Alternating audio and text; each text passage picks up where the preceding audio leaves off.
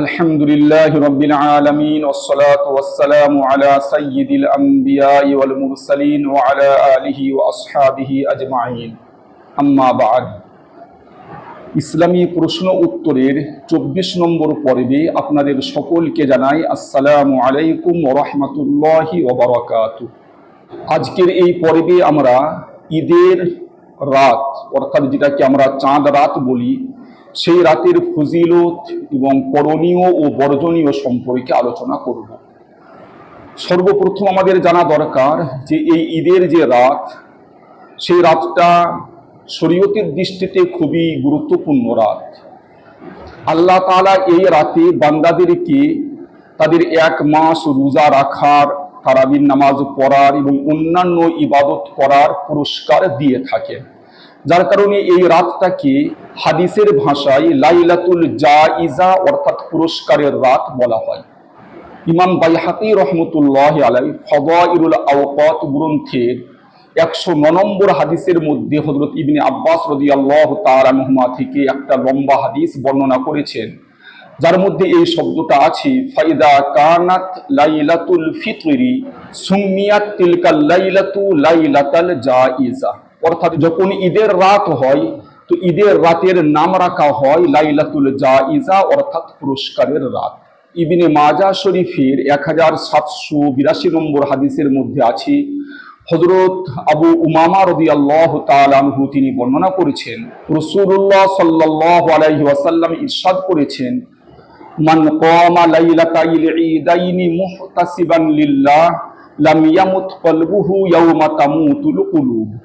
যে ব্যক্তি দুই ঈদের রাতে আল্লাহর কাছ থেকে সওয়াব পাওয়ার উদ্দেশ্যে ইবাদত করবে, তার অন্তর সেই দিন মরবে না যেদিন সমস্ত অন্তর মরে যাবে। অর্থাৎ যে ব্যক্তি এই দুই ঈদের রাতে ইবাদত করবে, কিয়ামতের ভয়াবহ দিনেও তার অন্তর সেদিন জীবিত থাকবে, অর্থাৎ তার কোনো ভয় ভীতি থাকবে না। এটা এই একই অর্থের হাদিস আল মুআজামুল আওসাদ গ্রন্থের 159 নম্বরে হযরত উবাদা ইবনে সামিত রাদিয়াল্লাহু তাআলা আনহু থেকে বর্ণনা করা হয়েছে। শুআবুল ঈমান গ্রন্থের 3438 নম্বর হাদিসে হযরত আবু দারদা রাদিয়াল্লাহু তাআলা আনহু থেকেও প্রায় এই একই হাদিস বর্ণনা করা হয়েছে। আল্লামা আসবাহানির লেখা আত-তারগীব কিতাবের 374 নম্বর হাদিসে হযরত মুআজ ইবনে জাবাল রাদিয়াল্লাহু তাআলা আনহু থেকেও এই একই মর্মে হাদিস বর্ণিত আছে। বিখ্যাত মুহাদ্দিস আল্লামা আবু নুআইম রাহমাতুল্লাহি আলাইহি মারিফাতুস সাহাবা গ্রন্থের 5908 নম্বর হাদিসে হযরত কুরদুস রাদিয়াল্লাহু তাআলা আনহু থেকেও এই একই মর্মে হাদিস বর্ণনা করেছেন। আল্লামা বাইহাকি রহমতুল্লাহ আলাইহি ফাযাইলুল আওকাত গ্রন্থের 149 নম্বর হাদিসে হযরত ইবনে ওমর রাদিয়াল্লাহু তাআলা আনহুমা থেকে বর্ণনা করেছেন যে 5 রাতে দোয়া অবশ্যই কবুল হয়। জুম্মার রাতে, রজব মাসের প্রথম রাতে, শাবান মাসের 15 তারিখের রাতে এবং 2 ঈদের রাতে। বিখ্যাত খলিফা হযরত উমর ইবনে আব্দুল আজিজ রহমতুল্লাহ আলাইহি আদি ইবনে আরতাত রহমতুল্লাহ আলাইহিকে পত্র লেখেন যে তুমি 4টে রাতকে খুব বেশি গুরুত্ব দেবে, কেননা আল্লাহ তাআলা এই সব রাতে তার রহমতের স্রোত বইয়ে দেন। রজব মাসের প্রথম রাত, শবে বরাত এবং 2 ঈদের রাত।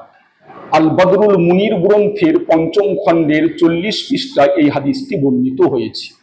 ইমাম শাফিঈ রহমতুল্লাহ আলাইহি তার রচিত আল কিতাবের 1ম খণ্ডের 264 পৃষ্ঠায় লিখেছেন যে মদিনা শরীফের মাশায়েখ এবং উলামায়ে কেরামগণ ঈদের রাতের অধিকাংশ সময়টা মসজিদে নববীতে ইবাদত এবং জিকির ও দুআর মধ্যে মশগুল থাকতেন। মুসান্নাফ ইবনে আবি শাইবা গ্রন্থের 9678 নম্বর হাদিসের মধ্যে আছে যে সাহাবায়ে কেরাম এবং তাবেঈনগণ ইতিকাফকারীদের জন্য ঈদের রাতে মসজিদে কাটানোকে পছন্দ করতেন। এই সব হাদিস দ্বারাই আমরা জানতে পারলাম যে ঈদের রাত খুবই গুরুত্বপূর্ণ রাত এবং এই রাতটা ইবাদতের মধ্যে মশগুল থাকা দরকার। কিন্তু এই সব হাদিসের মধ্যে ঈদের রাতে ইবাদত করার কথা তো বর্ণিত হয়েছে, কিন্তু কোনো বিশেষ ধরনের ইবাদতের কথা বলা হয়নি। তাই এই রাতে যে যেমন ভাবে পারবো ইবাদতের মধ্যে কাটানো দরকার। নামাজের মাধ্যমে হোক, কোরআন তেলাওয়াতের মাধ্যমে হোক, তাসবিহ তাহলিলের মাধ্যমে হোক বা দোয়ার মাধ্যমে হোক, যে কোনো ভাবে এই রাতটাকে আমরা ইবাদতের মধ্যে কাটাবো।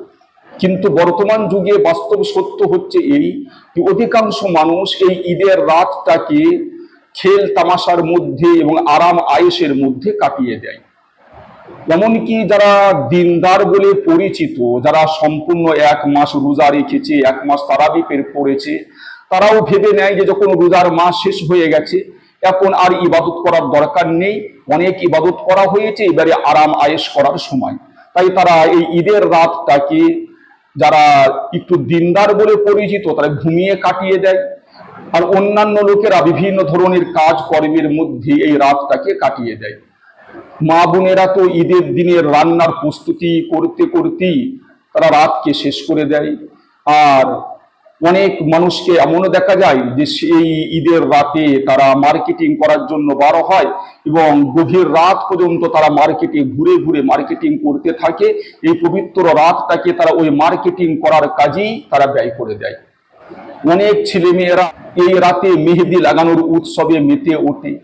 এমনকি মহিলাদের দেখা দেখি ছেলেরাও এই রাতে হাতে মেহেদি লাগায়, অথচ ছেলেদের জন্য হাতে মেহেদি লাগানো সম্পূর্ণ নাজায়েজ। অনেক জায়গায় দেখা যায় যে এই ঈদের চাঁদ ওঠার সাথে সাথে ছোট বড় সকলে আতশবাজি আর পটকা নিয়ে মেতে ওঠে। অনুরূপ ভাবে অনেক জায়গায় এই ঈদ রাত উপলক্ষে মসজিদ সাজানো হয়, বাড়ি ঘর আলো দিয়ে সাজানো হয়। এগুলো সবই অনর্থক, পয়সা অপচয় ছাড়া কিছুই নয়, যা ইসলামে মোটেই বৈধ নয়। আনন্দ উৎসবে আতশবাজি আর আলোকসজ্জা বিধর্মীদের একটা কুপ্রথা, আর ইসলাম আমাদেরকে বিধর্মীদের প্রথা বর্জন করার জন্য আদেশ দিয়েছে। তাই এ ধরনের কার্যকলাপ থেকে আমাদেরকে অবশ্যই বিরত থাকতে হবে। আল্লাহ তাআলা আমাদের সকলকে ঈদ রাতটাকে ইবাদতের মধ্যে কাটানো এবং সমস্ত রকম নাজায়েজ এবং হারাম কাজ থেকে বেঁচে থাকার তৌফিক দান করুন। ওয়া আখিরু দাওয়ানা আনিল হামদুলিল্লাহি রাব্বিল আলামিন।